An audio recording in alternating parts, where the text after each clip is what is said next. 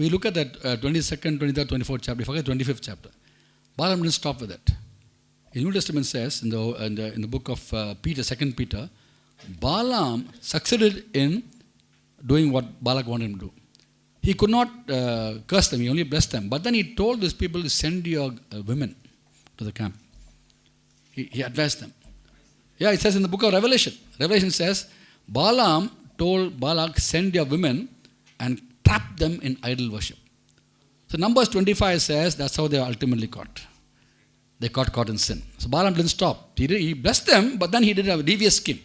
Told Balak, send women.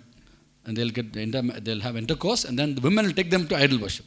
So he succeeded actually. Revelation, book of Revelation talks about it. 7 churches, Balaam's thing is mentioned. As in the first 3, I don't know which church it was. Look at the first 3 chapters of Revelation. The letters to church, one of the letters to churches. Which church, I don't know. I'll just check later on and tell you. Yeah. Last question, yes. Could someone check it out meanwhile, to give them the verse? In the book of Revelation, the first 3 chapters, talks about, 4 chapters about, there's one of the churches talks about Balaam's, Revelation 2:14. Yeah, Luke 2:14. Can you read it out? Yeah.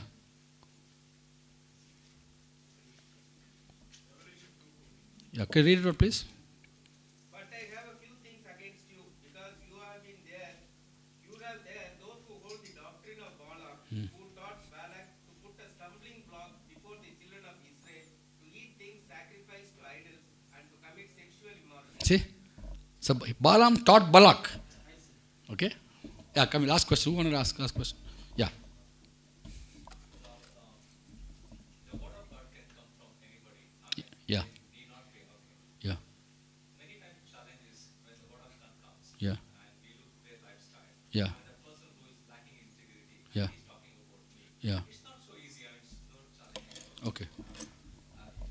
You did say yes, we need to value what is right or wrong. Okay. But it's a very big challenge in the real life. Okay. Okay. I'll tell you how to respond to that. Matthew 23rd chapter 1 and 2. Beautiful this. In this chapter you find the whole chapter is about Jesus rebuking the Pharisees for hypocrisy. But look at the first and second verse. It says, he told the crowds and his own disciples. Jesus told the crowds, his own disciples. The teachers of the law sit in Moses' seat. Do everything they tell you to do, but do not do what they do, for they don't practice what they preach. Can you imagine that? Tell his own disciples, Peter, James, and John. Peter, James, John, go and listen to them. Listen to them. Crowds, go and listen to them.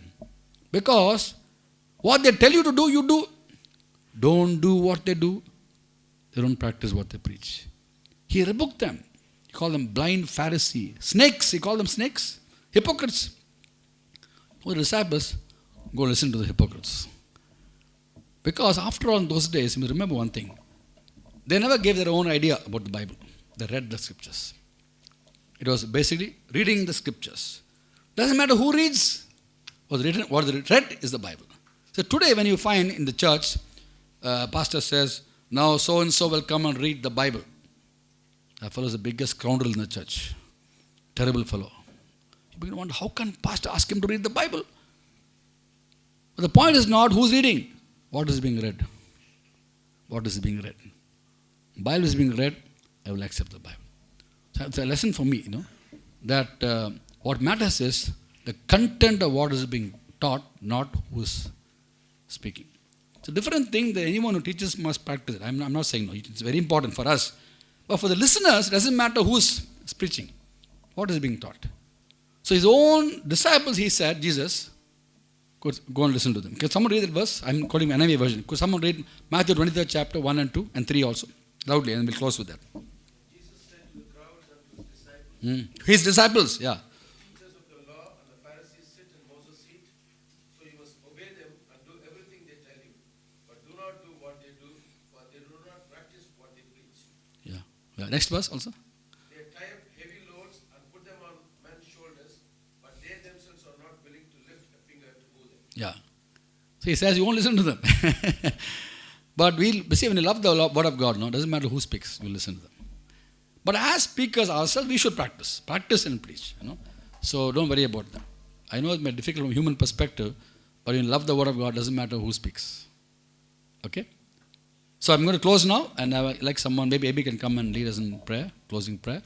And thank God that the whole thing was taped. Thank you all. Thank you, brother.